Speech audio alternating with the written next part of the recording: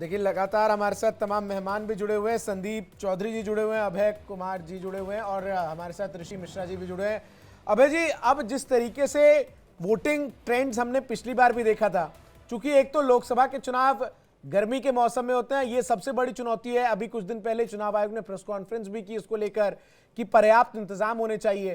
तो अब चूंकि 12 बज चुके हैं, 12:30 का समय हो चुका है, तो अब 12:30 से लेकर ये 3 बजे तक का जो समय होता है, ये एक बहुत ही ठंडा सा समय कहा जाता है, क्योंकि लोग जो ये सोचते हैं कि अब 3 बजे के बाद निकलेंगे, आराम कर ले और उसके बाद फिर वोट डालेंगे। बिल्कुल यही होता है, क्योंकि गर्मी का समय जब ठंडा के समय इलेक्शन होता है तो 10 बजे से 3-4 बजे तक मतलब वोटर का टर्नअप होता है ज्यादा। लेकिन इस कंडीशन में जब गर्मी के समय में ऐसे लोग थोड़ा कम निकलने का प्रयास करते हैं, वोट तो गिराना होता है।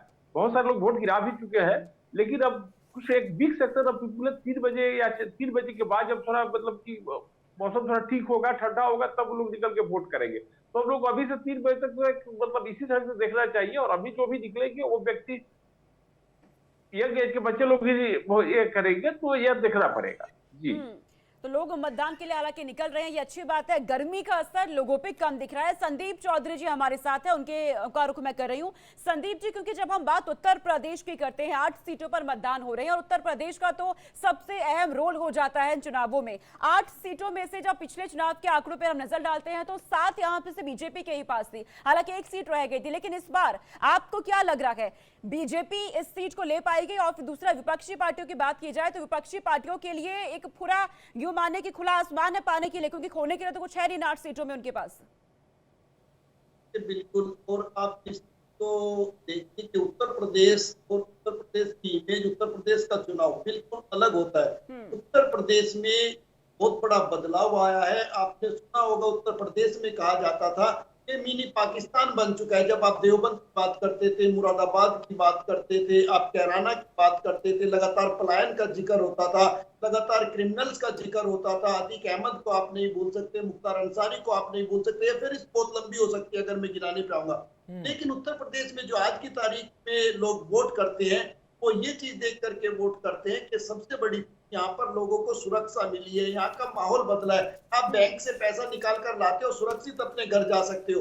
पहले यहाँ पे ऐसा था कि व्यक्ति अगर घर से बाहर है, घर वाले उसको बार बार फोन करके उसका फीडबैक लेते थे कि तुम कहाँ हो, कब तक घर पहुंच जाओगे। तो उत्तर प्रदेश में वोटिंग होना एक अलग चीज है। और मुझे लगता है जो बीजेपी ने सीटें खोई थी, बीजेपी उन सीटों को भी वापस पा लेगी। एक तो योगी जी का चेहरा है, यहाँ पे योगी जी का राज है, इस चीज का फर्क पड़ता है। दूसरा, जो उत्तर प्रदेश के अंदर अलायंस हुआ है, जिस तरीके से आरएलडी के साथ अलायंस हुआ है, राजभर के साथ अलायंस हुआ है, अनुप्रिया पटेल के साथ अलायंस हुआ है, तो उस अलायंस से भी मुझे लगता है भाजपा ने विपक्ष को बड़ा झटका दिया है। इंडिया गठबंधन यहाँ सदमे में है। ठीक है, ऋषि मिश्रा जी लगातार बने हुए हमारे साथ। ऋषि जी, मैं आपसे बिहार के परिप्रेक्ष्य में अगर बात करूं, तो अगर इस पूरे दूसरे चरण के चुनाव में किसी एक सीट पर सबसे ज्यादा लोगों की निगाहें हैं तो वो पूर्णिया की हैं, क्योंकि जिस तरीके से लगातार पूर्णिया में पप्पू यादव एक तरफ, दूसरी तरफ तेजस्वी यादव नजर आए, संतोष कुमार जो है वो कहीं ना कहीं उस तरीके से नजर नहीं आए, लेकिन जीत के दावे वो भी कर रहे हैं क्योंकि 2 बार के सांसद है संतोष कुमार। कैसे आप देख रहे हैं पूर्णिया में, क्योंकि पप्पू यादव ने डे 1 से इस बात को लेकर अपने रुख को स्पष्ट कर रखा था कि पूर्णिया की जनता उन्हें चाहती है। जो वोटर टर्नआउट अभी तक निकल कर आया 11 बजे तक का, उसमें बिहार में सबसे ज्यादा वोटिंग भी पूर्णिया में ही होती हुई अभी तक नजर आई है। तो कैसे आप इसको देख रहे हैं, कैसे इसका आपका आकलन है? देखिए, आज से 4 दिन पहले यदि आप मुझसे पूछते तो संतोष कुशवाहा पप्पू यादव में डायरेक्ट लड़ाई थी। अच्छा। लेकिन जिस प्रकार से तेजस्वी यादव ने विगत 2-3-4 दिनों में जिस प्रकार से सघन अभियान चलाया, रोड शो किया, जनसंपर्क किया, उससे कुछ माहौल जो मुझे लगता है कि बदला है। लेकिन कितना बदला है ये 4 तारीख को पता चलेगा।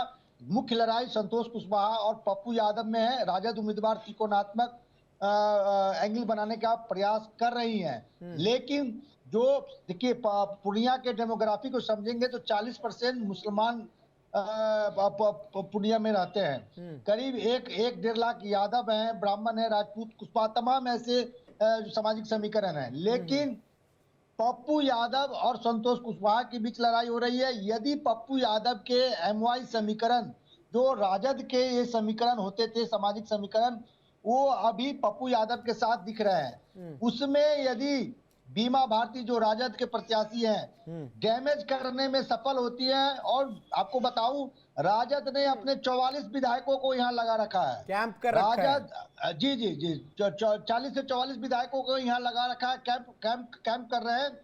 कितना डेंट कर पाती है एमओआई में, कितना डेंट कर पाती है। दूसरी बड़ी बात, बीमा भारती गंगोत समाज से आती है। गंगोत समाज जो है जेडीयू का वोट बैंक रहा है। बीमा भारती के राजद के से चुनाव लड़ने के कारण गंगोत वोटों में डिवीजन है, तो इसका नुकसान संतोष कुशवाहा का होगा। ओवरऑल आप देखें त्रिकोणात्मक लड़ाई अच्छा, और है। किशनगंज की सीट पर एआईएमआईएम कितना खेल बिगाड़ सकती है ऋषि जी? देखिए, किशनगंज में मोहम्मद जावेद और अख्तरुल इमाम के बीच डायरेक्ट फाइट है। जेडीयू के प्रत्याशी जो है यहाँ पे हैं, त्रिकोणात्मक बनाने का प्रयास कर रहे हैं। और सबसे इंटरेस्टिंग बात यह है कि मोहम्मद जावेद और जो अख्तरुल इमाम है एआईएमआईएम के जो प्रदेश अध्यक्ष हैं, एक ही मुसलमान के एक ही कास्ट से संबंध रखते हैं, जिनका 7.5 लाख वोट एक बड़ा वोट बैंक है। हालांकि ठीक है ऋषि मिश्रा जी, अहम बात आप कह रहे हैं, और बिहार की राजनीति ने तो इस बार सभी का ध्यान अपनी ओर खींच रखा है। पूर्णिया सीट ने तो खास तौर से। आप सबके पास हम लौटेंगे, लेकिन यहाँ से सीधा रुख करते हैं ब्रेकिंग सेंटर का, जहां हमारी सहयोगी मौजूद है। अहम जानकारी देने वाली एक बड़ी खबर आ रही है।